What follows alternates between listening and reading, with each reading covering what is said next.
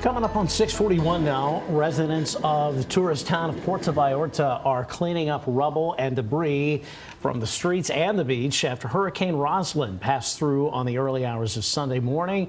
Rosalind hit as a Category 3 hurricane near Santa Cruz, according to the National Hurricane Center. Beaches along the coast remain closed as the NHC warned of swells that were likely to cause life-threatening surf and rip current conditions. 2 people died from destruction caused by Storm Rosalind near Mexico's Pacific coast, according to authorities. It's amazing how that bird is just sitting there, just so, kind of like, all right, the wave is crashing in, no big deal. Yeah. But the weather here, not a big deal right now, right? No, warm, upper 70s today. We're going to continue this very warm and dry pattern that we've been in, but we've got big changes coming this week. So much needed rain chance, although some folks will probably have a little better chance than others. And also what could be a significant midweek cool down. All is calm out at Keeneland. The snow is flying up toward the Dakotas. Check that out. Low pressure up there. This is the same system. See this cold front dropping through Omaha, Wichita, down through Oklahoma. Same cold front that will eventually bring our rain chance midweek. And there is a severe component to this, although it's primarily locked up down south. East Texas today, a slight risk for severe storms tomorrow. It pushes east around Memphis, West Tennessee, a slight risk down through New Orleans, just north of New Orleans. And we've got this marginal risk for severe storms that bubbles up and only really includes our southwestern southern counties. There'll be a line of showers and thunder showers blowing in tomorrow. Gusty showers, really. Not a lot of instability to work with, but there'll be wind shear out there that it will be sufficient enough to possibly send a few of these storms spinning that could throw some stronger wind gusts our way. You can see a line of gusty showers blowing in by Tuesday, late afternoon, evening, and then pushing east. But watch as it progresses east. You can see it gradually falling apart, weakening.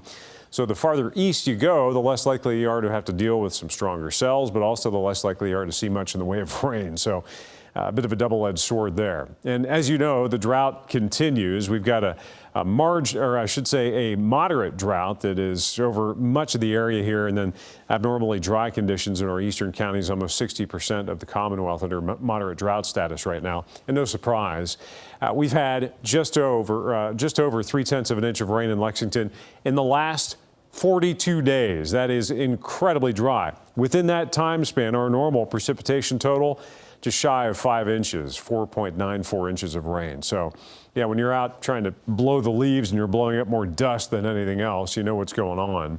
I just dealt with that yesterday. And then rainfall, check it out. Higher west, lower east. That is an indication of that diminishing, that weakening line going through. But you could be talking upwards of a few tenths of an inch, half an inch, quarter to half an inch, western counties. And then just diminishing totals as you head east. You're down to a tenth of an inch or even hundredths of an inch into far eastern Kentucky.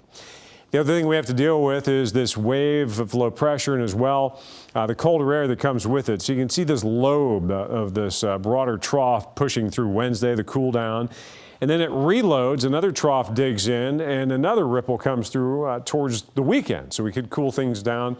And a lot of this may happen closer to Halloween. So I have to keep an eye out for that as well. Upper 70s today, no shortage of warmth. Our normal high, 65. That is how far up there we are. Mostly to partly sunny. You'll likely notice the cloud cover gradually thickening up in that cloud, that ceiling. Those clouds starting to drop later in the day, and overnight will end up mostly cloudy. And then tomorrow, the first part of the day fairly quiet, but then by later into the afternoon, especially into Tuesday evening, we'll start to see that active weather blowing in. Some showers, possibly some rumbles of thunder, a few stronger storms as well. And then lingering showers Wednesday, mostly cloudy, about a 20-degree temperature drop between Tuesday and Wednesday's high, stabilizing in the mid-60s, and then an increasing chance for rain as we get closer to Halloween. Fingers crossed we'll be able to tweak that one a little bit.